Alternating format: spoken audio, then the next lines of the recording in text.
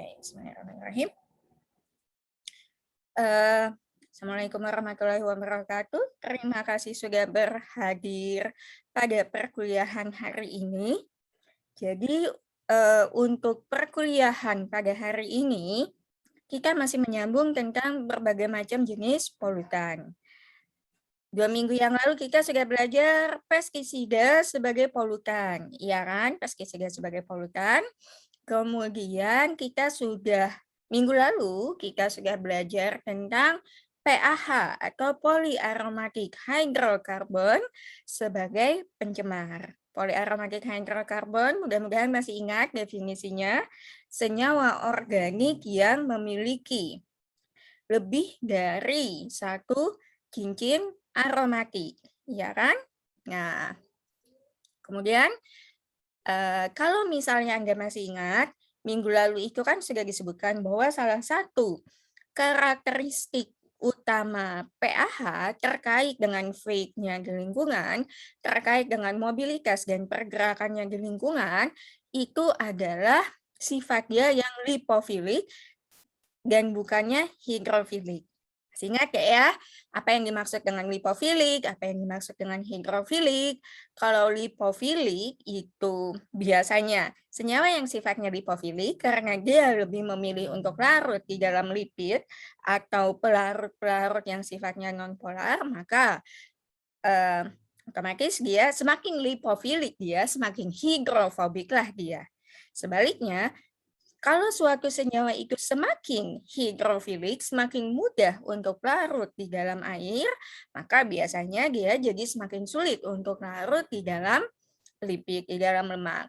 Nah, kemarin juga sudah lihat, sudah sempat disinggung-singgung bahwa faktor utama yang menyebabkan PAH itu bersifat lipofilik itu adalah strukturnya yang terdiri atas cincin benzen sehingga dia sifatnya non-polar.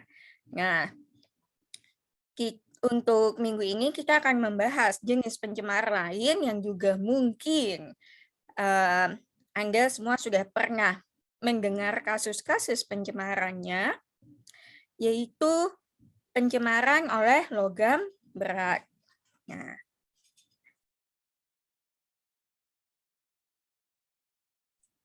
oke.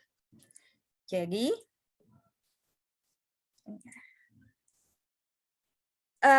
setelah perkuliahan ini harapannya adalah mahasiswa itu kalau sudah selesai perkuliahan, Anda kalau ditanya apa itu logam besar, apa itu logam berat, Anda bisa menjelaskan. Jadi mana yang dapat dikategorikan sebagai logam berat? Apakah semua logam itu dapat digolongkan sebagai logam berat?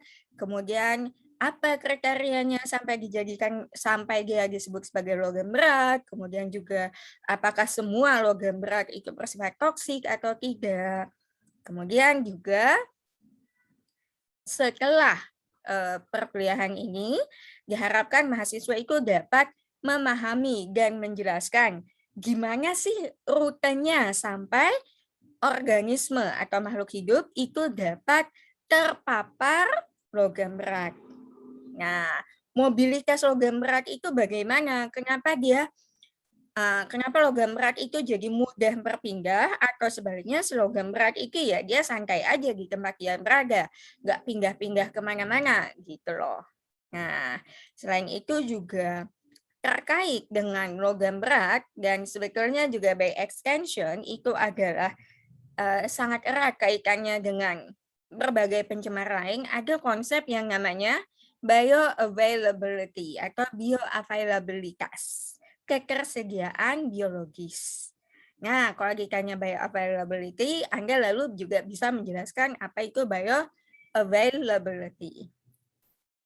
Ngomongnya ribet kayaknya, ya. Nah, oleh karena itu, untuk perkuliahan kali ini, supaya untuk bisa mencapai tujuan perkuliahan tadi, struktur perkuliahan kita hari ini ya kita mulai dari definisinya dulu. Apa itu logam berat, kemudian juga sumber dan bentuknya itu bagaimana saja. Kalau sudah tahu sumbernya dari mana, lalu dia sumbernya dari sini, lalu dia bisa pathways-nya. Jadi jalan masuknya dia ke makhluk hidup itu lewat mana.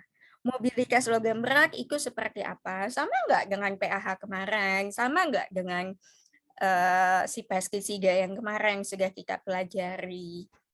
Kemudian juga bioavailability-nya itu seperti apa? Kemudian tidak semua logam berat akan kita bahas. Kita akan membahas beberapa contoh logam berat yang paling sering dijumpai kasus pencemarannya, yaitu merkuri atau raksa. Kemudian ada lead atau timbal. Kemudian ada kadmium. Oke. Nah, sekarang, Nah, kalau misalnya ditanya, apa itu logam berat? Logam berat namanya saja berat ya. Jadi, apakah semua logam dapat dikategorikan sebagai logam berat? Belum tentu. Karena ada beberapa yang dapat digolongkan sebagai logam, akan tetapi nggak berat dia. Kayak ini aja, golongan 1, golongan 1A, golongan 2A, alkali dan alkali tengah itu kan digolongkan sebagai senyawa-senyawa logam, jadi dia stabilnya justru kalau dia melepaskan elektron bermuatan positif, tapi dia ringan. Nah, kita bicara berat dan ringan itu biasanya hubungannya dengan densitas. Jadi secara umum, konsensus yang paling sering diterima atas apa itu logam berat, itu adalah kalau misalnya logam tersebut memiliki densitas atau berat jenisnya itu lebih dari 5 gram per centimeter kubik. Jadi, definisi logam berat, salah satu yang paling sering dijadikan konsensus utama itu adalah kalau misalnya logam tersebut densitasnya lebih tinggi daripada 5 gram per centimeter kubik, maka dia akan dikatakan sebagai logam berat. Nah, tapi namanya saja logam, definisi itu kadang-kadang ya bisa macam-macam. Nah, mungkin Anda akan menemui beberapa pemahaman lain, kalau misalnya iseng nih baca jurnal, atau misalnya ketemu buku referensi yang lain. Ada beberapa yang akan mengajukan definisi yang cukup berbeda tentang logam berat. Misalnya saja, ada yang mengatakan bahwa yang namanya logam berat itu adalah logam yang berat atomnya itu tinggi. Nah, ini kan sebetulnya agak bias ya, Dek ya. Maksud saya, ya setinggi apa gitu loh. Apakah 50 itu bisa dikatakan, kalau misalnya 50 gram per mol, apakah itu bisa dikatakan tinggi? Kalau dibandingkan dengan 25 ya jelas tinggi, tapi kalau dibandingkan dengan 100 gram per mol, jadi agak sulit kalau misalnya kita hanya menginginkan sesuatu yang sifatnya itu relatif kayak gini gitu, tidak terkuantifikasi. Nah, kemudian ada juga yang mengatakan ya pokoknya semua logam yang memiliki berat atom itu lebih tinggi daripada sodium. Sodium kalau bahasa Indonesianya itu natrium, Na deh ya. Nah, kemudian ada juga yang mengatakan oh kalau misalnya supaya bisa terkuantifikasi lebih tingginya itu seperti apa?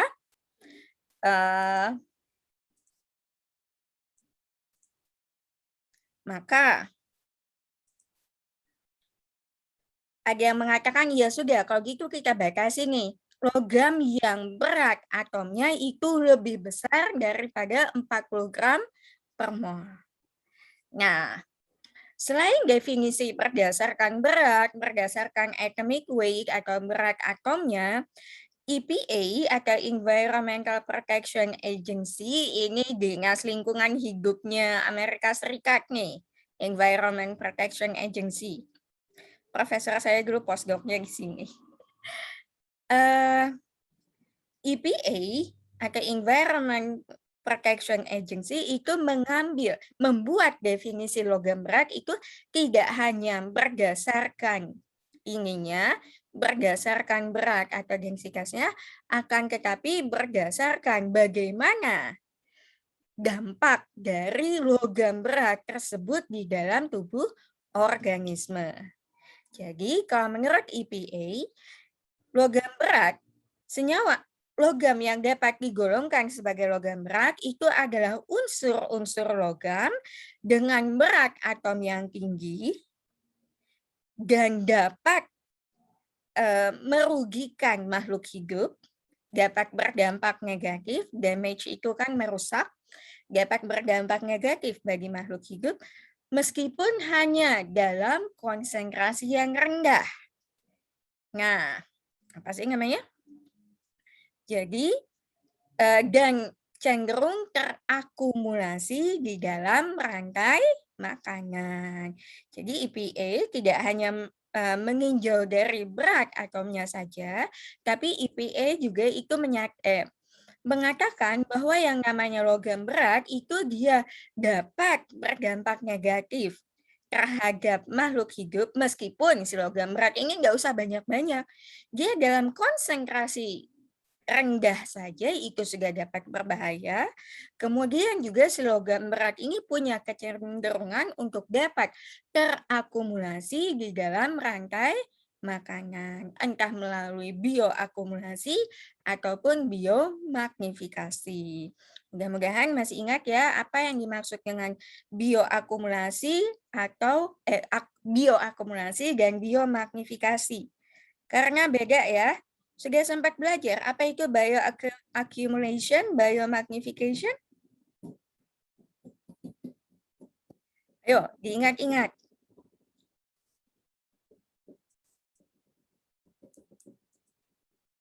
Bioakumulasi itu kalau misalnya suatu pencemar itu terakumulasi. Tahu terakumulasi kan? Terakumulasi atau tertumpuk, tutuyuk istilah kata kalau masih nggak ngerti tertumpuk.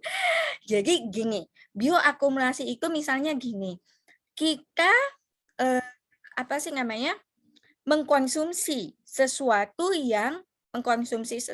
katakanlah misalnya kita makan ikan, karena biasanya kalau dari perairan kan tertumpuknya di dalam ikan. Nah, kita makan ikan nih, dan ternyata ikan tersebut katakanlah mengandung raksa. Nah, raksanya kan nempel nih di dalam jaringan tubuh kita, tidak bisa dikeluarkan. Besoknya karena memang kita hobinya makan seafood, kita makan ikan lagi dan ikan tersebut juga mengandung raksa tadi. Jadi karena kita mengkonsumsi terus-terusan, si polutan tadi lalu tertumpuk di dalam tubuh kita. Itu namanya bioakumulasi. Kalau misalnya polutan itu terakumulasi di dalam tubuh organisme akibat konsumsi, akibat konsumsi atau akibat paparan jangka panjang. Paparan jangka panjang dan terus menerus. Sama aja kayak tidak meski logam berat sih, kayak pestisida aja. Pestisida, misalnya nih, kayak para petani itu sangat rentan untuk terpapar pestisida.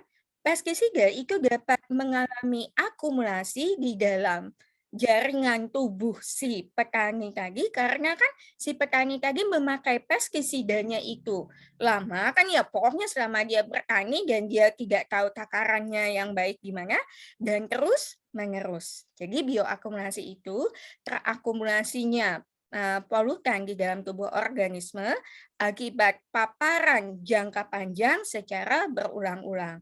Entah itu dikonsumsi secara oral, jadi kita makan, atau paparan secara dermal, jadi melalui sentuhan atau gimana.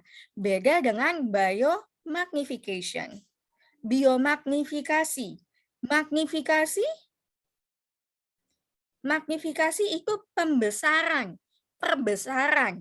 Magnifying glass itu kan kaca pembesar. Jadi gini, kalau biomagnifikasi itu adalah ilustrasinya gini, misalnya nih, ada pencemar yang dia itu cenderung tertumpuknya di sedimen, di dalam sedimen di perairan. Sekarang ada organisme yang memang mencari makannya di sedimen. Maka si organisme tadi kan akan terpapar oleh pencemar tadi. Karena dia mencari makannya ya di sedimen. Sekarang si organisme yang mencari makan di sedimen tadi dimakan oleh ikan kecil. Otomatis berpindah nih pencemar yang ada di dalam organisme kerang-kerangan atau apalah yang mencari makan di sedimen itu tadi kan berpindah, polutannya berpindah ke ikan kecil yang mengkonsumsi dia. Si ikan ini kan nggak mungkin makannya cuma 1 biji kerang sudah kenyang dia.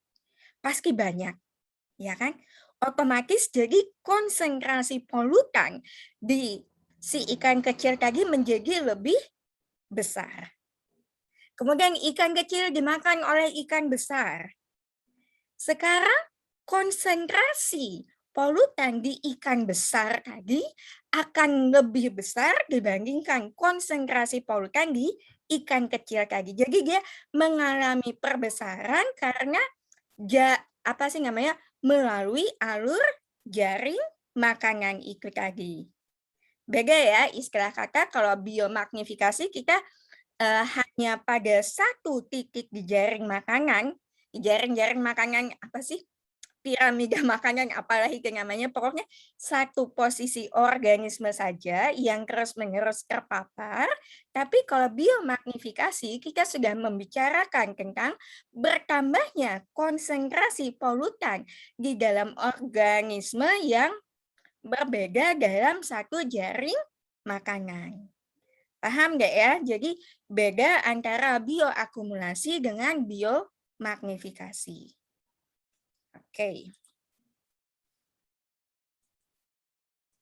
Selanjutnya, nah, logam berat sendiri itu sebetulnya dapat dibedakan menjadi logam berat esensial, essential metals, atau logam berat non-esensial. Nah, apa sih namanya? Apa bedanya antara logam berat esensial dengan logam berat non-esensial? Logam berat yang esensial ini dikatakan esensial. Esensial itu penting. Kenapa dikatakan dia penting? Beberapa logam berat itu justru penting dan diperlukan oleh metabolisme tubuh makhluk hidup. Jadi logam berat esensial itu adalah logam berat yang diperlukan oleh makhluk hidup karena dia memiliki fungsi atau peranan tertentu di dalam tubuh makhluk hidup. Misalnya saja, ada yang ini enggak, apa sih namanya, biasa nih kalau anak-anak yang hobinya organisasi atau banyak kegiatan segala macam, tahu-tahu anemia, kecapean segala macam. Nah, kalau misalnya ada yang pernah didiagnos anemia, kurang darah katanya, biasanya disuruh apa? Disuruh mengkonsumsi suplemen besi, ya kan?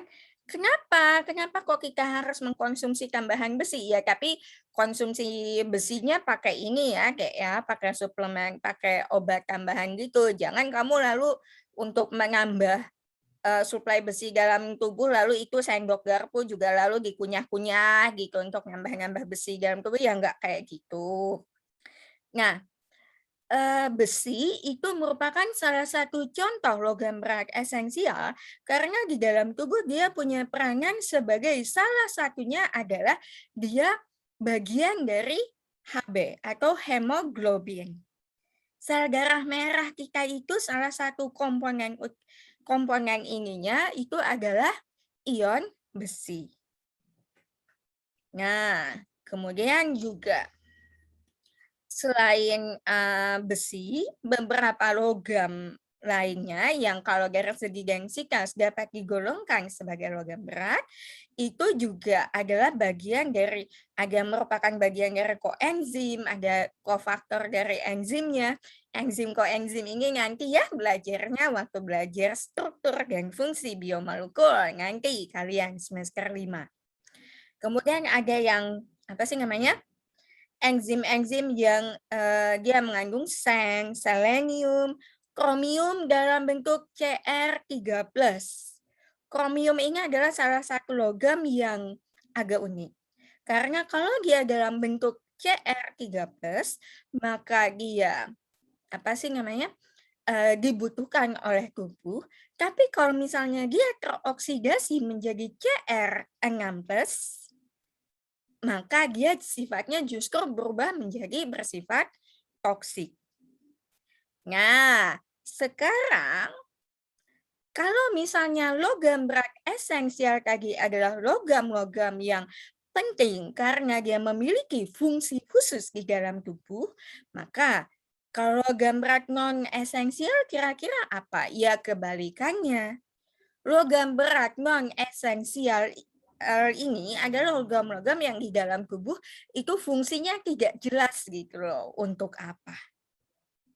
Logam-logam berat non-esensial adalah logam yang di dalam tubuh dia tidak memiliki fungsi apapun. Dia tidak memiliki fungsi apapun, bahkan dia sebaliknya, dia berpotensi dapat bersifat toksik bagi makhluk hidup. Makanya, jadilah kalau jadi orang itu jangan jadi seperti logam non-esensial ini. Sudah tidak punya fungsi apapun, malah cuma bersifat toksik bagi orang-orang di sekitar Anda. Jangan ya. Nah, ini tidak akan saya bacakan satu persatu deh ya, tapi pada dasarnya gini loh, logam berat itu tidak dapat diciptakan maupun tidak dapat dimusnahkan. Ya hukum kekekalan massa ya, secara alamiah memang yang namanya logam berat itu dia sudah ada secara alamiah di bumi ini. Dan biasanya secara alamiah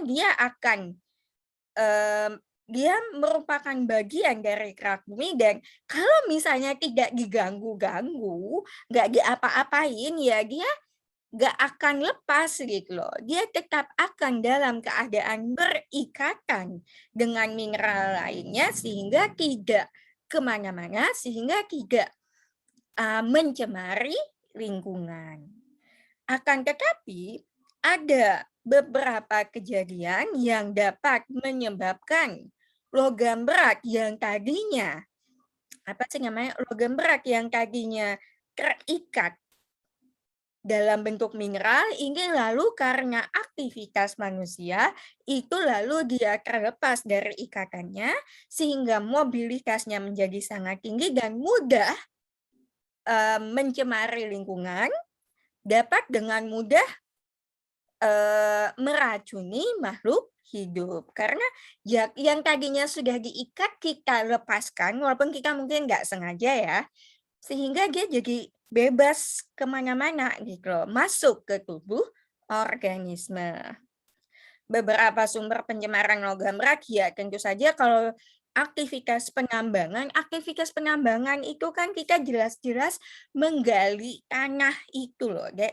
Apa yang tadinya dia ada di kerak bumi dalam keadaan terlindung dari oksigen, tidak terpapar oksigen, tidak kena air dalam jumlah besar, tahu-tahu kita buka, terpapar oksigen sehingga dia mudah teroksidasi, kemudian juga mungkin dalam kondisi kena air, dia lalu terbawa dari tempatnya berada semula ke tempat lainnya.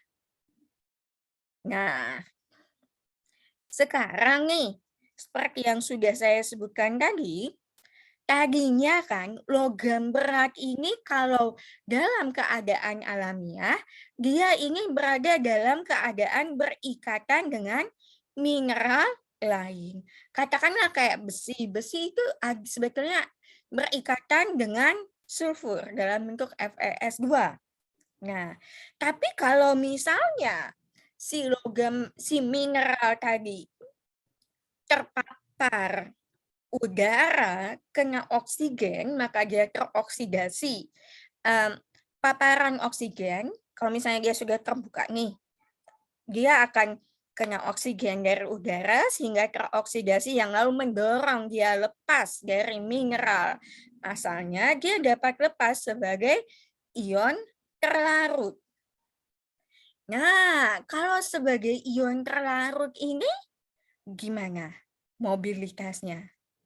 Kalau misalnya logam sudah berada dalam bentuk ion terlarut, ya dia mau kemana-mana kan akan terbawa oleh airnya. Mobilitas logam yang berada dalam bentuk ion terlarut itu akan menjadi sangat tinggi.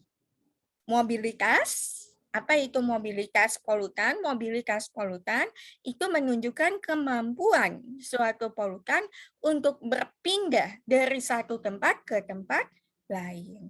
Kayak gini aja deh.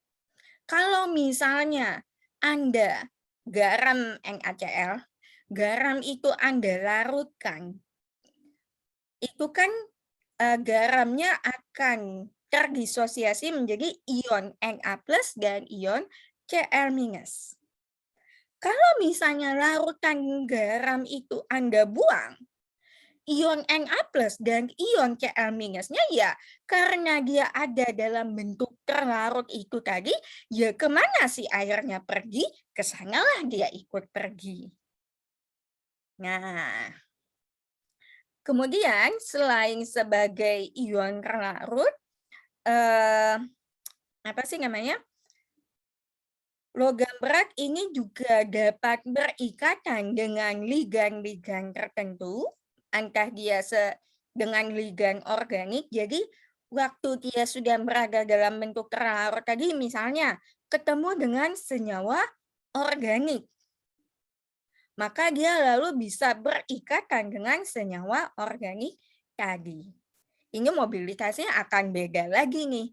Karena kalau dia berikatan dengan senyawa organik, bisa saja lalu total polaritasnya menjadi non-polar, dia lalu daripada larut di air, karena sekarang si logam tadi berikatan dengan senyawa organik, dia jadi lebih, apa sih namanya, lebih memilih untuk larut di dalam lipid, atau dia lebih memilih untuk terendapkan pada sedimen. Dalam beberapa kasus juga logam berat ini bisa berikatan dengan partikulat-partikulat di dalam aerosol. Jadi justru terbang gitu deh logam yang partikel-partikel logam berukuran halus tadi dia menempel pada partikulat yang melayang-layang di udara. Atau bisa saja kalau misalnya beberapa logam berat tertentu ingin berikatan dengan senyawa organik tadi, ya dia lalu sifatnya lebih mengikuti sifat si senyawa organik yang menjadi host-nya dia, sehingga akhirnya dia menjadi senyawa yang volatil atau ikut juga mudah menguap. Nah, ya bahasa Inggris lagi pas kayak gini. Nah, sekarang jalur paparan polutan, kalau dalam konteks ini kita bicara logam berat deh ya, tapi sebetulnya tidak hanya logam berat, basically semua jenis polutan, alur paparan polutan hingga dapat masuk ke dalam makhluk hidup, itu akan terdiri atas beberapa hal. Komponen-komponen, kalau misalnya kita bicara tentang alur bagaimana suatu polutan dapat sampai dapat meracuni makhluk hidup, itu pertama tentu saja yang perlu kita perhatikan adalah sumbernya ini dari mana sih? Apakah sumbernya berasal dari titik pembuangan limbah industri tertentu? Oke. Kemudian apa sih namanya? Selain sumber kontaminasinya, komponen kedua di dalam alur paparan polutan itu adalah bagaimana mekanisme dari transport, mekanisme si polutan tadi bisa berpindah dari tempat asalnya dia sampai dengan ke organisme yang dia eh,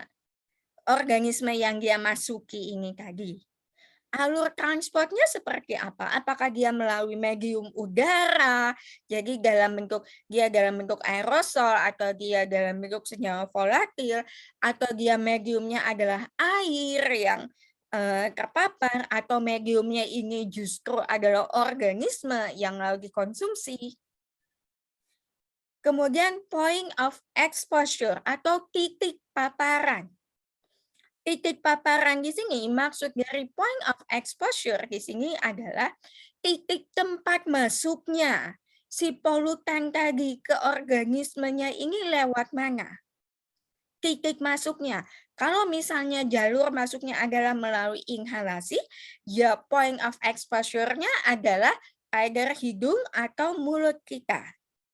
Kalau point of exposure-nya ini adalah kalau medium dan transport mekanismenya ini adalah katakanlah mulai jalur makanan, ya lalu point of exposure-nya masuknya itu secara oral melalui mulut. Rutenya gimana nih? Rutenya itu maksudnya sebelum sampai ke organisme yang sedang jadi perhatian kita ini, sebelum sampai ke kita nih, dia dari sumbernya rutenya di udara dulu, kemudian terendapkan di dalam sedimen, kemudian dia lewat ikan dulu, kemudian habis dari ikan ke udang dan seterusnya. Jalur rutenya itu seperti apa? Nah, kemudian juga yang komponen selanjutnya yang juga seharusnya menjadi perhatian kalau misalnya kita ingin meneliti tentang pencemaran suatu polutan tertentu itu adalah populasi organisme yang terpapar ini bagaimana? Apakah organisme yang mengalami keracunan, apakah organisme yang terpapar ini hanya katakanlah orang-orang yang mengkonsumsi daging tertentu saja? Apakah populasinya ini hanya anak-anak berusia di bawah 12 tahun saja? Nah, jadi kelima hal ini adalah komponen-komponen yang seharusnya menjadi perhatian kalau kita membahas tentang jalur paparan dari polutan hingga sampai ke makhluk hidup. Nah, kemudian sejauh apa sih kita terpapar? Tingkat paparannya, apakah tingkat paparannya ini tinggi atau rendah, tentu saja akan sangat ditentukan oleh konsentrasi si polutan tadi, karena kita sedang bicara logam sebagai polutan, jadi konsentrasi logamnya ini bagaimana, kemudian juga state dan kondisi dari organismenya, apakah, soalnya gini deh, satu organisme yang sama belum tentu dia resistensinya terhadap polutan itu sama. Karena tiap-tiap organisme ini kan punya tahap pertumbuhan dan perkembangan masing-masing.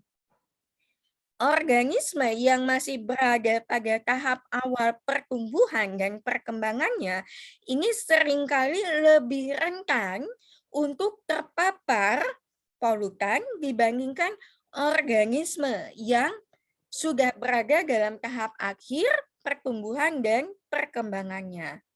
Salah satu contohnya timbal. Anak-anak itu lebih mudah untuk terpapar timbal dibandingkan orang dewasa. Karena yaitu tadi, dia berada pada tingkat mana dari tahapan pertumbuhan dan perkembangannya. Kemudian, nah ini juga salah satu yang penting, mobilitas dari logamnya. Semakin si logam itu mudah bergerak kemana-mana, ya tentu saja lalu tingkat paparannya ini akan menjadi semakin besar. Semakin si logamnya ini males bergerak kemana-mana, semakin dia pengen hidupnya santai-santai aja di sedimen, ya lalu tingkat paparannya mungkin jadi lebih kecil. Kemudian juga bioavailability-nya. Bioavailability atau bioavailabilitas dari si logam ini tadi. Apakah logam ini dapat dengan mudah menembus berdifusi masuk ke dalam tubuh makhluk hidup? Apakah si logam ini justru dia sulit untuk masuk melalui sistem melalui derma, tapi dia mudah masuk melalui jalur inhalasi? Itu tentu saja akan menentukan tingkat exposure atau tingkat paparan dari logam sebagai pencemar. Nah, ini saya ambil dari salah satu buku. Rasanya ini saya ngambilnya dari buku Manahan deh. Nah, jadi gini, ini adalah beberapa jalur yang beberapa jalur pergerakan logam. Jadi logam yang ada di sedimen itu bisa saja dia lepas dari sedimen dan lalu menempel pada partikel tersuspensi. Jadi gini, partikel-partikel tersuspensi di dalam air, padatan-padatan yang ukurannya itu tidak cukup besar untuk bisa terendapkan, tapi ya dia kelihatan gitu loh, melayang-layang. Partikel tersuspensi. Kalau ada dari Anda yang ambil kimia koloid, ini mungkin ingat apa yang dimaksud dengan partikel tersuspensi. Nah, kemudian bisa saja logamnya itu lalu bisa dikonsumsi oleh biota yang ada di dalam air, atau bisa saja logam yang tadinya berikatan dengan partikel tersuspensi ini lepas, jadi si logamnya ini terlarut sendirian di dalam air permukaan.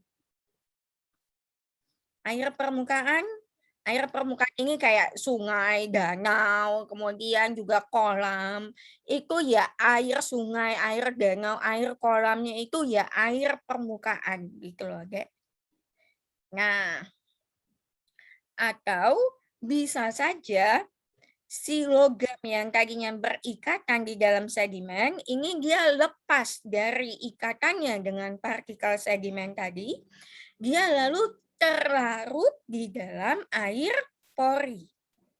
Ingat, hati-hati ya, agak beda. Kimia lingkungan ini agak ribetnya adalah kalau kita ngomong air, kita akan bicara ini air apa dulu nih? Apakah air permukaan, apakah air tanah, atau air pori? Ya ampun, R-nya banyak betul, saya susah ngomongnya. Air pori ini jadi gini, partikel tanah ini kan kalau misalnya dilihat secara mikroskopik, ini ada pori-porinya. Nah, jadi air yang terjebak di dalam pori-pori partikel tanah, itulah yang disebut sebagai air pori. Beda dengan groundwater. Groundwater ini sediaan air yang tersedia lapisan air yang ada di bawah lapisan tanah. Kayak air sumur, air di dalam sumur itu ya groundwater, deh. Jadi beda antara pore water. Kalau kita bicara pore water, kalau kita bicara air pori, ini kita bicara air dalam skala mikroskopik. Kita ngomongin air yang di dalam pori-pori tanah, namanya aja air pori ya. Nah, kalau misalnya si air tadi sudah berpindah dari surface water, mungkin karena transport segala macam, dia lalu sampai di dalam air tanah, bisa saja lalu dia berpindah ke organisme, entah dia diserap oleh vegetasi. Ini seharusnya ada satu panah lagi nih, dari pore water ke vegetation. Atau bisa saja ya dia sudah bosan mungkin, dia sudah yang terlarut di dalam air tanah tadi ini lalu berikatan kembali dengan partikel tanah. Ini kan kalau sedimen kan kita bicara tentang tanah yang ini ya, sedimen jadi tanah di bawah air permukaan. Kalau ini soil ini kita sudah bicara tanah saja. Nah, sekarang mobilitas dari logam. Mobilitas, apa yang dimaksud dengan mobilitas? Mobilitas namanya saja mobile. Mobile itu menunjukkan biasanya hubungannya dengan pergerakan atau perpindahan deh ya. Jadi kalau kita bicara tentang mobilitas dari logam berat atau by extension kita membicarakan mobilitas polutan, ini mobilitas dari suatu polutan ini menunjukkan seberapa mudah sih polutan tadi untuk bisa berpindah dari satu tempat ke tempat lain. Mobilitas dari suatu senyawa itu tidak sama dengan mobilitas dari senyawa lainnya. Bahkan mobilitas dari satu senyawa tertentu pun belum tentu sama kalau misalnya senyawa tersebut berada dalam bentukan atau spesiasi yang berbeda-beda. Katakanlah misalnya logam nih ya, karena kita bicara konteksnya logam. Kalau logam tersebut berada dalam bentuk kation yang terlarut, maka tentu saja mobilitas dari logam tersebut sangat tinggi. Sangat tinggi karena dia kan mudah untuk, bukan mudah lagi ya, dia akan ikut kemana air tempat dia berada itu pergi gitu loh. Nah, sebaliknya kalau si logam tersebut berada dalam keadaan berikatan dengan oksida besi atau oksida mangan, maka biasanya pergerakannya ini akan menjadi sedikit lebih rendah. Karena kalau misalnya dia sudah berada dalam keadaan berikatan dengan menjadi oksida semacam ini, dia sukar untuk larut. Paling kalaupun misalnya dia berpindah dalam air itu karena si oksidanya ini berada dalam bentuk tersuspensi ya. Tapi dia basically karena dia sukar untuk larut ya dia sulit untuk pindah-pindah. Nah, kalau misalnya si logam ini berada dalam keadaan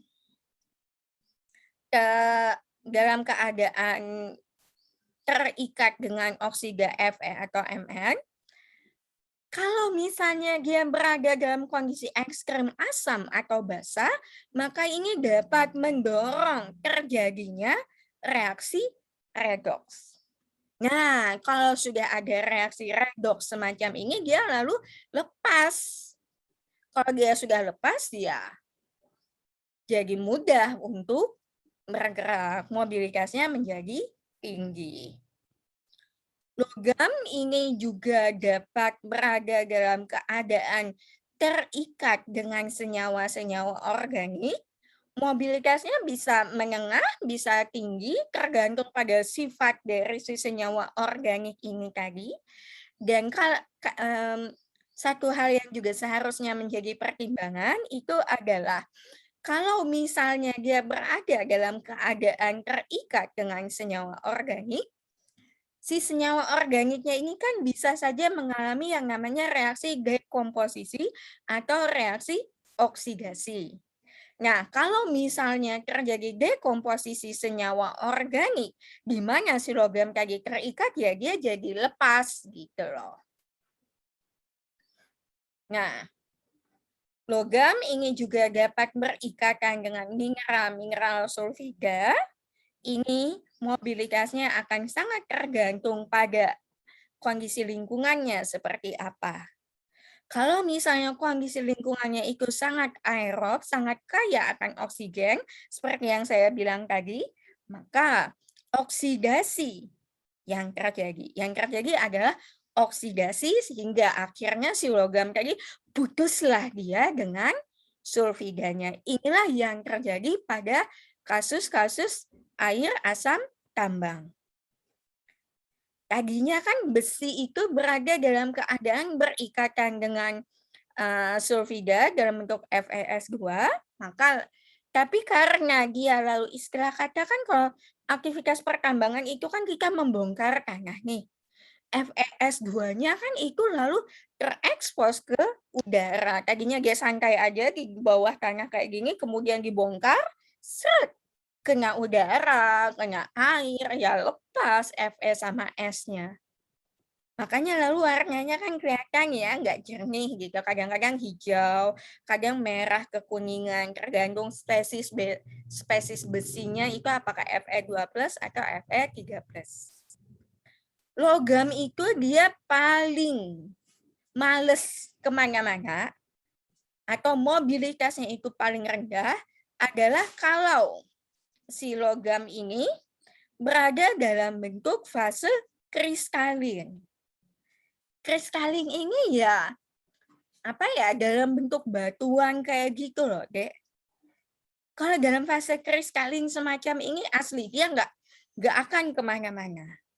Terkecuali mungkin terjadi dekomposisi akibat pengaruh cuaca dan seterusnya, tapi itu juga perlu waktu yang sangat lama. Nah, sekarang tadi sudah tentang mobilitas dari logam, sekarang apa yang dimaksud dengan bioavailability atau bioavailabilitas? Kalau kita bicara bioavailabilitas, ini kita bicara tentang sejauh mana sih suatu senyawa, dalam hal ini logam, tapi juga bisa saja ke pestisida atau jenis pencemar lain, sejauh mana suatu senyawa itu dapat diserap oleh makhluk hidup sehingga dapat menyebabkan dampak negatif fisiologis atau dapat menimbulkan respon toksik, dapat menyebabkan efek toksik bagi mahasiswa. Sebentar deh, kayaknya saya perlu minum kopi dulu. Udah mulai ini. Kalau kita bicara bioavailability, itu kita bicara sejauh mana suatu senyawa dapat diserap oleh makhluk hidup sehingga dapat bersifat toksik bagi makhluk hidup tersebut. Nah, jadi apa ya? Kadang-kadang kan kita ngerasa, oh ini kita sebetulnya dikelilingi oleh berbagai macam senyawa toksik segala macam nih. Atau misalnya Anda bikin percobaan nih, Anda masukkan suatu senyawa toksik ke dalam apa sih namanya? Misalnya nih, Anda lalu bikin eksperimennya gini, dalam satu tangki akuarium gitu Anda masukkan ikan kecil-kecil, ikan apa sih itu namanya, atau ikan cupang lah. Ya ampun mahal banget ya, jangan. Hewan ujinya Anda masukkan, kemudian Anda masukkan senyawa tertentu yang Anda perkirakan, oh senyawa X ini bersifat toksik nih.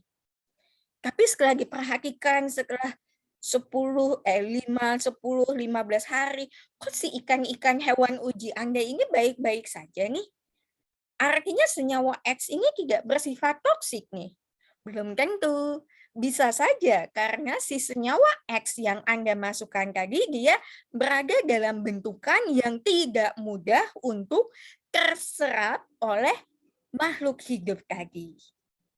Nah, jadi gini, bioavailabilitas atau sejauh mana, segampang apa suatu senyawa dapat diserap atau tidak oleh makhluk hidup, itu ditentukan oleh beberapa faktor. Yang pertama adalah pH. Kenapa pH menentukan? Karena pH ini dapat mempengaruhi si senyawa ini berada dalam bentukan apa nih? Berada dalam spesies apa nih? Apakah berada dalam bentuk senyawa ion atau dalam bentuk senyawa netralnya? Ini sambil diingat-ingat ini deh, kimia analitik. kimia analitik 1 atau kimia analitik 2 sih Anda itu belajar tentang asam basa lemah? Kan asam lemah basa lemah itu asam lemah aja CH3COOH. Asam lemah adalah asam yang tidak seluruhnya terdisosiasi menjadi H+ dan ionnya, ya kan? Seberapa banyak dia terdisosiasi itu kan akan tergantung oleh pH-nya. Nah, sama kayak senyawa, senyawa-senyawa polutan itu kan kayak gini aja. Al, kadmium misalnya. Kadmium itu kalau misalnya dia katakanlah kita letakkan dalam kondisi asam.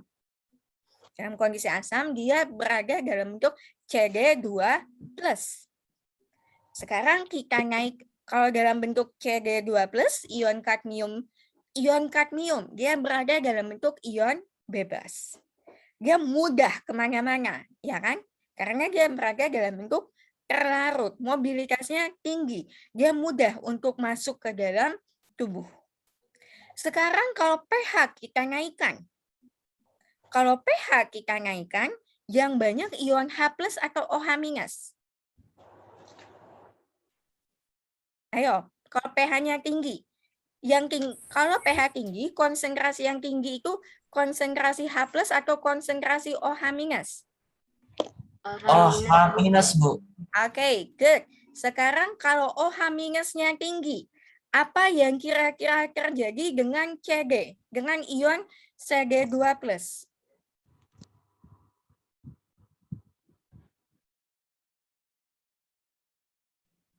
Ayo. Kalau misalnya logam-logam sebagian besar itu akan, kalau dalam kondisi pH tinggi yang berarti ion OH-nya berlimpah, logam ini senangnya akan mengikat ion OH- tadi sehingga akhirnya terendapkan sebagai garam hidroksida CdOH2 kalau kita bicara kadmium, atau PbOH2 atau CrOH3 dan seterusnya, ya kan?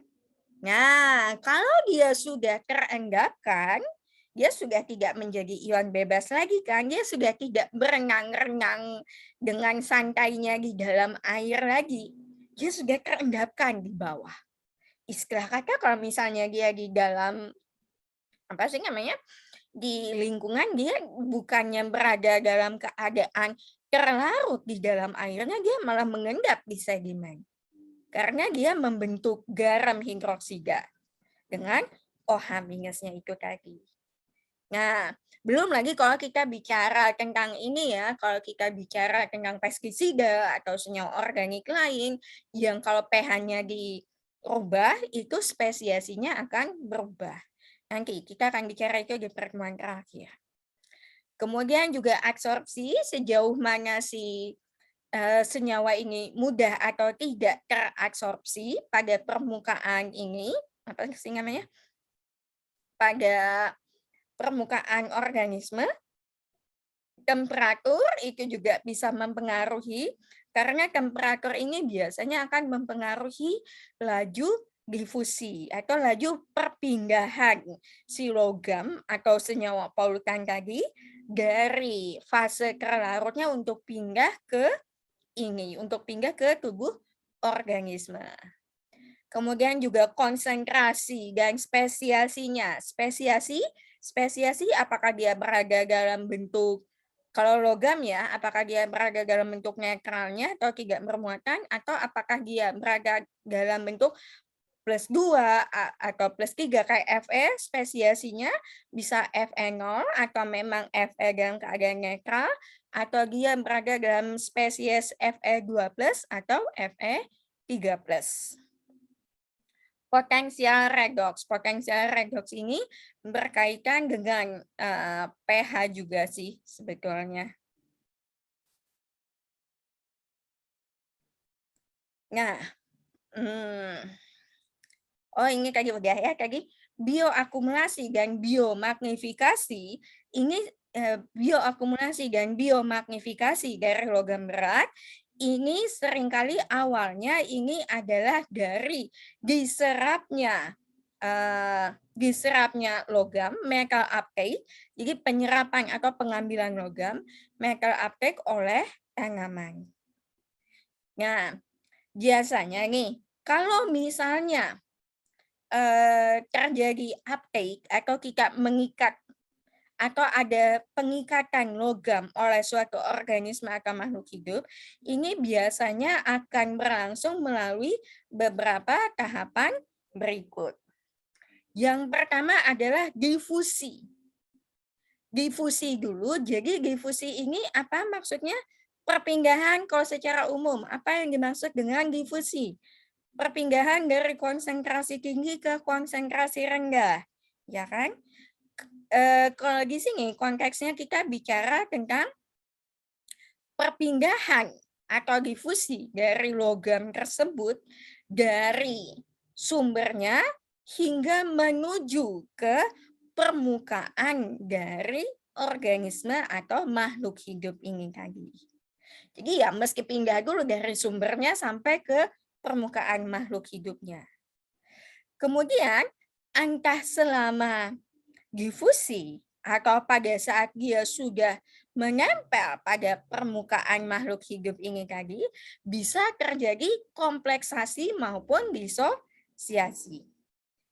Si logam ini bisa berikatan dengan ligan atau senyawa lain, atau justru pada saat berdifusi dia tadinya berada dalam bentuk senyawa anorganik, dia mengikat ligan organik, tapi pada saat difusi dan menempel hingga akhirnya menempel pada permukaan logam tadi, permukaan logam maksud saya, permukaan survei makhluk hidup itu tadi, dia justru melepaskan diri dari dari senyawa hostnya, dari senyawa organik yang tadinya dia terikat.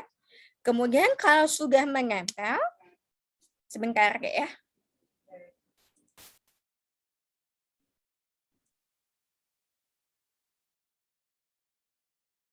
Kalau misalnya sudah sampai di permukaan makhluk hidup ini tadi, ya lalu terjadi yang namanya internalisasi.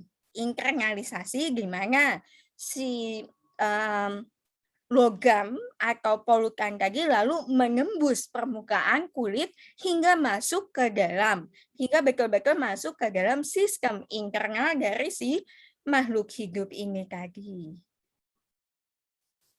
Nah, ini adalah bagian yang menunjukkan bagaimana terjadinya biomagnifikasi. Kayak yang sudah saya bilang, biomagnifikasi ini kalau kita lihat, oh di dalam, misalnya nih, di dalam tanah dia konsentrasinya sekian gram, sekian miligram per kilogram. Kemudian kok di dalam tikus, oh jadi naik sekian miligram per kilogram. Kemudian waktu diteliti, oh di dalam tubuh elang ternyata lebih tinggi lagi. Itu kita bicara biomagnifikasi. Oke. Jadi ini apa sih namanya? Paparan logam itu dapat terjadi melalui direct exposure atau paparan langsung, jadi langsung dari sumbernya hingga kena. Kemudian juga bisa terjadi melalui bioakumulasi atau uptake, atau kita menyerap si logam tadi melalui makanan. Oke. Sekarang ini adalah beberapa contoh logam berat. Logam berat raksa dulu. Raksa ini sebetulnya secara alamiah dia memang ada di dalam kerak bumi, ya. Raksa ini bisa berada dalam bentuk beberapa spesies, bisa berada dalam bentuk elementalnya atau Hg0+, atau dia juga bisa berada dalam bentuk dia membentuk garam karena dia berada dalam bentuk ionnya entah Hg+ atau Hg2+. Atau dia bisa saja berada dalam bentuk organiknya, sebentar aja. Jadi si raksa ini dia berikatan dengan senyawa organik. Metil merkuri yang paling common, yang paling umum. Nah, sumber-sumber utama raksa ini bisa berasal dari letusan gunung berapi, kemudian juga seringkali ini ya, sumber-sumber antropogenik yang berasal dari manusia, itu bisa ya akibat industri, kemudian juga dari baterai, segala macam. Merkuri, termometer raksa kayaknya sudah dilarang penggunaannya.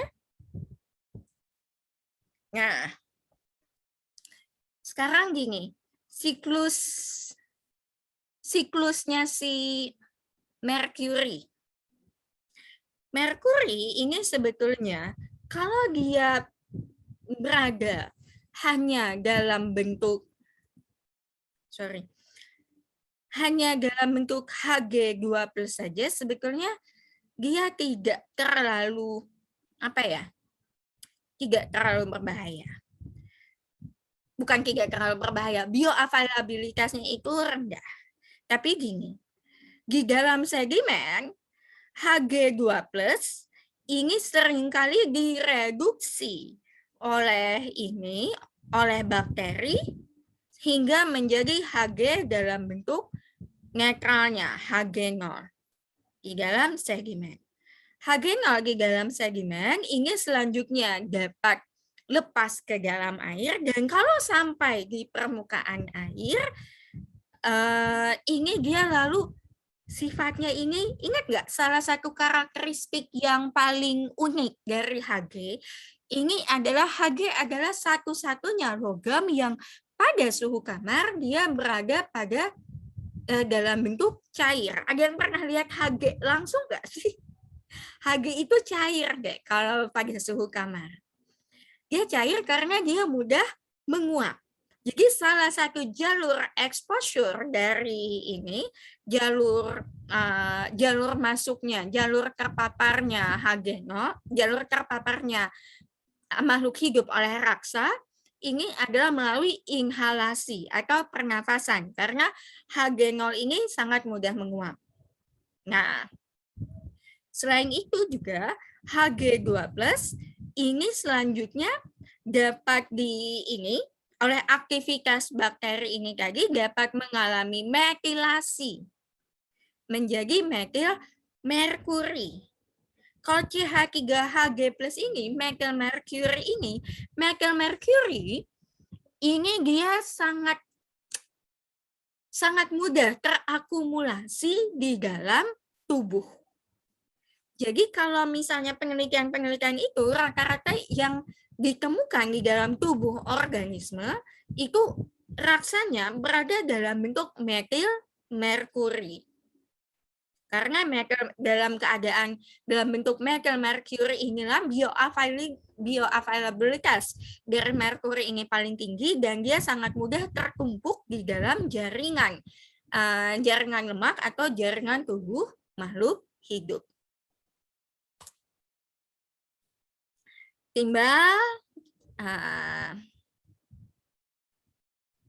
Timbal ini juga bisa berada dalam berbagai dalam berbagai spesiasi, bisa dalam bentuk Pb0, kemudian juga kalau misalnya berada dalam keadaan asam, itu dia akan larut dalam bentuk Pb+, Pb2+, dan seterusnya. Pb2+, tapi rata-rata memang timbal ini dia sulit untuk larut. Nah, kalau misalnya dia sudah terendapkan, dia kan suka larut nih. Dia sulit untuk larut di dalam air dan cenderung terakumulasi di dalam tanah. Ya sudah gitu loh. Kalau dia terakumulasi atau terendapkan di dalam tanah, maka timbal ini memiliki mobilitas yang rendah. Tapi begitu dia sudah begitu dia sudah terlarut di dalam air, maka dia akan sangat mudah untuk diserap oleh organisme atau makhluk hidup.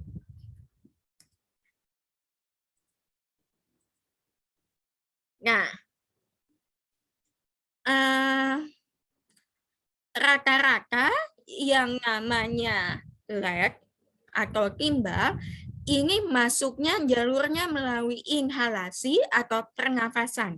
Karena timbal ini biasanya dia menempel pada partikulat yang tersuspensi di udara. Jadi apa sih namanya? Biasanya kita itu terpapar timbal itu melalui jalur pernafasan. Nah, kemudian timbal ini juga bisa saja ada di dalam makanan. Kemudian kalau zaman dulu di Amerika Serikat, salah satu kasus yang sering muncul, ini salah satu anggota komite saya kayaknya penelitiannya tentang ini, pipa-pipa saluran air itu banyak mengandung timbal.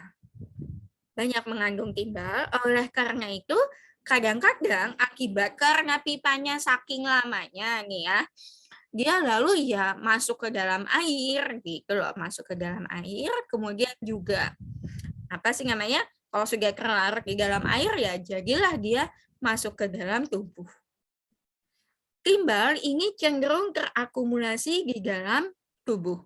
Oh ini, little fun fact, ini random fact aja. Pernah dengar ini kan ya, Vincent van Gogh? Anyone familiar Vincent van Gogh? Lupa ingat, Bu. Lupa ingat. Pelukis. Ingat nggak? Jadi Iya. ya kan Vincent van Gogh. Jadi pelukis beberapa yang terkenal karyanya itu ada yang Starry Night, kemudian juga ada yang apa sih namanya? Ada beberapa self portrait, kemudian juga salah satu lukisan terakhir dia itu sebelum he committed suicide itu dia yang ladang gandum or something. Vincent van Gogh, tahu nggak kenapa dia meninggal? Matinya kenapa?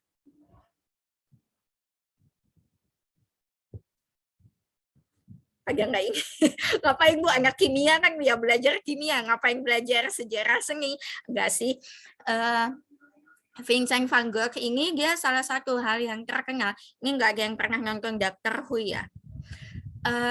Vincent van Gogh pernah Doctor Who. Dokter Who kamu? Iya. Rame tuh, Bu. Ada kan di like season berapa gitu loh, dia ketemu sama si Vincent van Gogh ini. We should talk. Vincent van Gogh itu salah satu yang menyebabkan dia itu salah satu yang terkenal itu sebetulnya bukan hanya lukisannya, tapi karena kisah hidupnya yang tragis. Jadi dia matinya karena committed suicide, dia bunuh diri, kemudian dia yang ingin juga kan, karena dia memang menderita gangguan mental. Nah, skizofrenia, I'm not really sure diagnosnya itu apa, tapi sebetulnya salah satu asumsi, salah satu hipotesis orang-orang adalah Vincent van Gogh ini dia menderita gangguan mental, karena kan gini, salah satu penyebab gangguan mental itu bisa saja karena gangguan fisiologis, ya, Dek, ya. Nah, kemungkinan besar dia mengalami mental issues itu, skizofrenia kalau saya nggak salah, itu karena dia keracunan timbal. Keracunan timbalnya ini dari mana? Karena dia melukis. Loh kok bisa? Jangan salahkan melukisnya. Tiba-tiba yang hobi menggambar langsung yang nggak ding. Jadi gini, enggak, saya itu selalu iri loh sama orang yang bisa menggambar. Saya bikin garis lurus aja nggak bisa.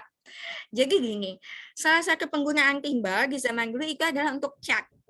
Karena kompleks timbal, kompleks senyawa kompleks dari logam itu biasanya warnanya cerah. Zaman dulu timbal ini adalah salah satu bahan untuk cat minyak biasanya ya. Nah, si Van Gogh ini katanya dia ya namanya pelukis lah ya, dia itu suka yang ujung kuasnya itu dia gigit gitu loh.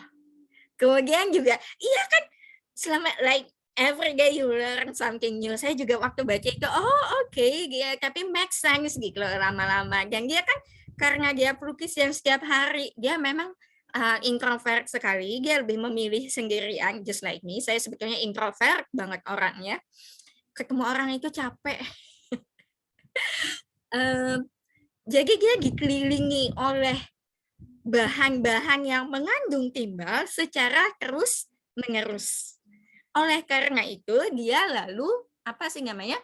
Ya akhirnya terakumulasi gitu loh di dalam tubuh. Dan timbal ini biasanya dia mudah sekali masuknya ini memang ke dalam jaringan saraf. Jaringan saraf sehingga yaitu tadi pengaruhnya adalah ke how your brain works itu akan ditentukan juga oleh saraf. Nah, kemudian juga salah satu yang sangat rentan terhadap ini, salah satu yang sangat rentan terhadap timbal ini adalah anak-anak yang masih dalam masa pertumbuhan. Kenapa? Si timbal ini itu cenderung terakumulasinya, dia kalau misalnya masuk ke dalam tubuh, dia kan berada dalam bentuk ion. Nah, kemarin apa? Loh, kalau ion kan artinya dia mudah larut di dalam air, Bu. Artinya kalau tidak kalau mudah larut di dalam air, dia sulit untuk larut di dalam lipid, ya dia tidak terakumulasi di dalam ini dong, tidak terakumulasi di dalam daging kita dong, di dalam jaringan otot kita, ya kan? Nah, tapi timbal ini dia terakumulasinya ini justru menggantikan ion Ca2+ di dalam tulang. Paham?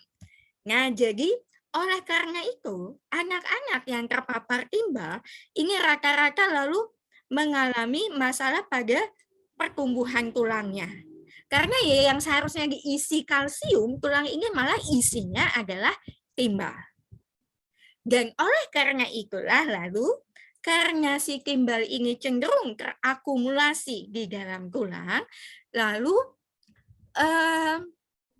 jarang para peneliti ini masih mempertanyakan apakah memang timbal ini bisa mengalami yang namanya biomagnifikasi. Kenapa? Apa hubungannya? Ya soalnya gini, organisme itu kan memakan organisme lain, yang dimakan kan jaringan ototnya, dagingnya yang dimakan. Timbalnya kan nggak ngumpul di sana gitu. Timbalnya itu kan mengumpul di dalam tulangnya. Ya Anda kalau makan ikan pupuyuh, intinya dimakan, tulangnya dimakan. Enggak kan? Kecuali diperes, kok emang bisa pupuyuh diperes kok. Nah, jadi kenapa timbal ini cenderung terbioakumulasi di dalam tubuh? Karena yaitu tadi, ya biasanya terakumulasinya ini cenderungnya di dalam jaringan tulang. Akan tetapi, dia sukar untuk mengalami biomagnifikasi karena yaitu tadi, dia mengumpul, dia tertumpuknya di dalam jaringan tulang dari organisme. Oke. Bu, Pun. kalau dari saya biasanya tulangnya saya makan, berarti jangan nggak, Bu? Jangan, atuh nanti kamu ketulangan susah. Dikunyah. Bu, Dikunyah. kasihan gigi kamu, Ilhan, atulah kamu. Saya soalnya waktu kecil pernah ketulangan, jadi sampai sekarang agak trauma ngeliat tulang duri gitu. Kamu kayaknya tipe yang ingin memanfaatkan segala sesuatu semaksimal mungkin ya. Ya saya salut sih, cuma lihat konteksnya juga. Nah, oke. Asal bukan tulang itik aja, Bu, gak keras, Bu. Sisanya kayak ikan atau ayam biasanya ulun makan, Bu. Kamu jangan miara kucing ya, kasihan kucing. Oh, kalau kucing tenang, nggak dikasih. Cuman dagingnya aja. Oke. Next one. Kadmium terakhir deh. Ini mungkin ada yang sudah gelisah, sudah mengantuk segala macam. Dikit lagi deh ya. Kadmium ini umumnya di apa sih namanya?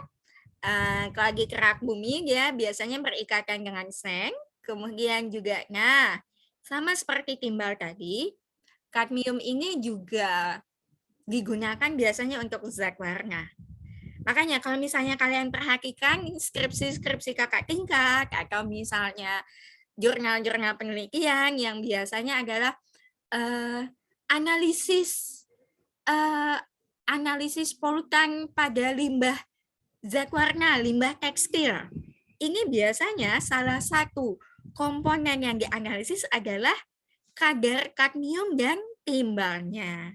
Karena biasanya timbal dan kadmium ini merupakan bagian dari pigmen atau zat warna. Oke, kadmium ini juga bisa bersumber di dalam sigaret. Kalau saya tidak salah, kenapa kok bisa ada di dalam sigaret, di dalam rokok? Apa sih namanya? Pertama mungkin karena akumulasi dari kadmium di dalam tembakaunya. Kemudian seingat saya kadmium ini juga kadmium juga biasanya ditemukan di dalam filter rokoknya atau kertas pembungkus rokoknya itu loh. Nah, itu yang mengandung kadmium. Jadi, ya itulah saya tidak pernah paham dengan orang yang merokok itu gimana. Dan kadang-kadang ya suka-suka gue dong, mau ngerokok mau enggak, ya silahkan. Tapi kalau Anda mau mati muda ya silahkan, tapi nggak usah ngajak-ngajak orang lain gitu loh. Jadi ya silahkan kalau mau merokok di tempat umum, tapi asapnya ditelan sendiri kalau bisa. Nggak usah ngajakin orang lain mati muda gitu. Silahkan Anda punya masalah hidup, tapi nggak usah ngajak-ngajak orang lain mati muda ya. Saya suka galak, kalau dulu waktu zaman masih naik angkot, saya suka negor yang ngerokok di dalam angkotnya. Pernah dipelototin ya, saya pelototin balik gitu loh. Saya kecil-kecil gini galak. Oke. Kalau misalnya di dalam kondisi yang anoksik atau rendah oksigen, sebagian besar dari partikel-partikel kadmium ini selama kondisinya anaerob atau anoksik, jadi rendah oksigen, kadmium ini ya guys, chill out. Dia akan santai-santai saja di dalam tanah. Karena dia berikatan secara kuat dengan mineral sulfida. Akan tetapi, kalau misalnya sudah, kalau misalnya si tempat beradanya kadmium yang tadinya berikatan dengan mineral sulfida tadi itu terpapar oksigen sehingga mengalami oksidasi, atau misalnya si kadmium ini tahu-tahu dia berada di dalam lingkungan yang acidic atau lingkungan yang asam, maka si kadmium ini tadi lalu akan bertransformasi yang tadinya dia berada dalam keadaan berikatan dengan sulfida sehingga dia berada dalam bentuk senyawa yang sulit untuk larut, tapi kalau dia teroksidasi atau berada dalam kondisi asam, lepaslah dia dari mineral sulfidanya. Dia lepas, dia sekarang santai sendiri menjadi ion bebas sehingga lebih mobile, dia lebih bisa kemana-mana, jadi exposure-nya atau dia lebih mudah untuk masuk ke organisme. Tapi rata-rata exposure kadmium, orang itu terpapar kadmium, organisme terpapar kadmium, ini umumnya melalui inhalasi atau jalur pernafasan. Oke.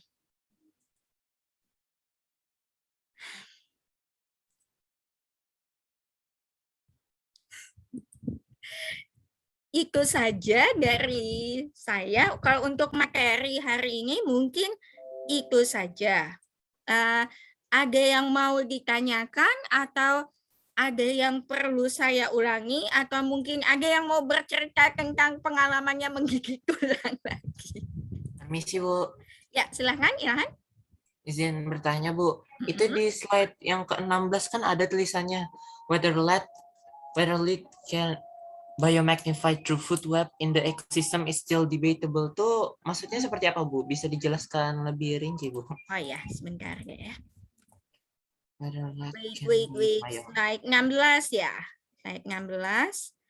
Let me pull it out now. Yang lead exposure and toxicity. LED. Bacanya LED. Oh ya, LED. Untuk membedakan. Soalnya lead kan ada memimpin ya. Untuk membedakan mana lead yang memimpin, like lead the way, something like that. Sama lag yang artinya timbal, itu adalah dari pronunciation-nya. Makanya ya ampun belajar bahasa Inggris tuh ribet ya. Pronunciation-nya like it's like so Ya Bu, difficult. lagi pusing Bu saya Bu. Jadi kebelit-belit. Oke, jadi whether lag can biomagnify through food web in the ecosystem is still debatable. Apakah si timbal ini dapat mengalami biomagnifikasi melalui jaring-jaring makanan? Ini masih dipertanyakan. Ini yang saya jelaskan tadi bahwa karena timbal ini cenderung terakumulasi di dalam tubuh itu pada jaringan pada tulang organisme, sementara jaringan tulang itu bukannya sesuatu yang preferable bagi organisme lain untuk dimakan. Jadi apa ya?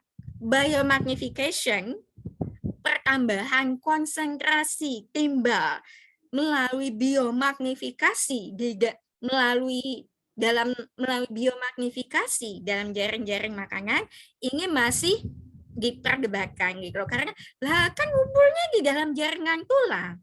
Biasanya kan organisme lain yang biasanya kan organisme memakan organisme lain itu yang dimakan bukan tulang gitu. Jadi gimana caranya konsentrasinya bisa bertambah tinggi kalau yang dikonsumsi bukan bagian tubuh yang mengandung timbal itu tadi. Oke, paham Ilhan? Oh iya Bu, ini berarti tergantung masalah persepsi ya. Kalau dari saya. Bukan persepsi sih sebetulnya, cuma ya itu tadi. Biomagnifikasi, tadi definisinya gimana biomagnifikasi? Pertambahan konsentrasi polutan antar tingkat ini kan, apa sih namanya kalau dalam biologi saya lupa deh. Tingkat profit kalau dalam jaring makanan yang tingkat produsen, konsumen pertama, konsumen kedua, ya kan? Biomagnifikasi itu adalah semakin membesarnya konsentrasi polutan di dalam tubuh organisme pada tingkat trofik yang berbeda. Jadi konsentrasi polutan pada tanaman, konsentrasi polutan pada konsumen tingkat pertama itu pasti lebih tinggi dibandingkan konsentrasi polutan di produsennya, yaitu pada tanaman. Kemudian konsentrasi polutan pada konsumen tingkat 2 itu lebih tinggi lagi dibandingkan pada konsumen tingkat pertama, ya kan? Kenapa? Karena ya jaring makanan itu tadi. Sampai sini paham, Ilhan? Masih bisa dimengerti, Bu? Masih bisa dimengerti. Oke. Nah, sekarang kenapa jadi lebih tinggi? Karena kan si konsumen yang tingkatnya di atas tadi kan mengkonsumsi organisme. Ya kan, mengkonsumsi organisme di bawahnya yang apa sih namanya? Yang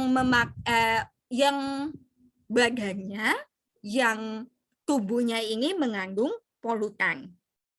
Iya enggak? Jadi kayak gini aja deh. Misalnya nih ya, kita makan ikan yang mengandung apa sih namanya? Kita makan ikan yang mengandung raksa.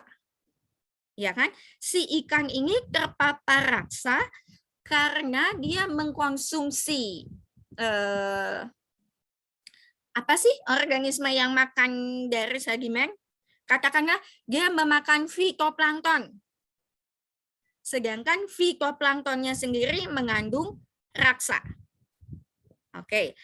Ikan makan fitoplankton yang mengandung raksa. Konsentrasi raksa di dalam ikan tadi pasti lebih tinggi, bukan pasti sih ya, akan lebih tinggi dibandingkan konsentrasi raksa di dalam fitoplanktonnya. Iya enggak? Karena kan harus mengkonsumsi banyak. Masa cuma sebiji 2 biji fitoplankton dia udah kenyang? Enggak kan?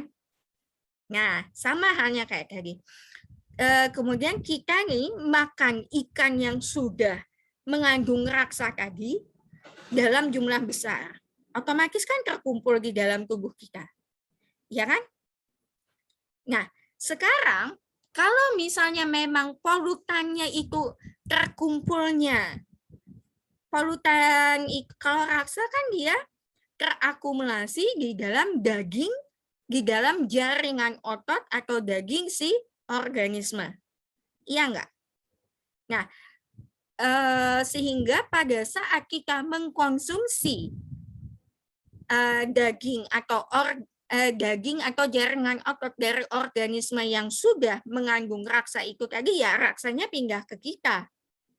Tapi sekarang kalau untuk timbal itu dia numpuknya bukan di daging, bukan di jaringan otot. Si timbal ini dia menumpuknya di dalam tulang, dalam jaringan tulang organisme. Sementara si konsumen yang memakan organisme yang terpapar ini kan ya dia ngapain makan tulang, terkecuali dia ngapain makan tulang? Yang dia makan kan daging. Yang dia makan kan jaringan ototnya. Sehingga otomatis si polutannya itu ya gimana mau berpindah, dia masuknya lewat mana gitu loh. Ya, Ilhan?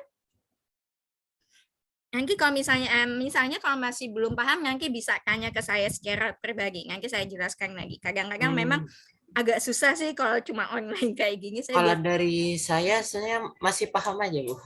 Oh, sudah. Masih paham aja. Oke. Terima kasih lah, Bu. Oke, anytime. Ada lagi yang mau ditanyakan?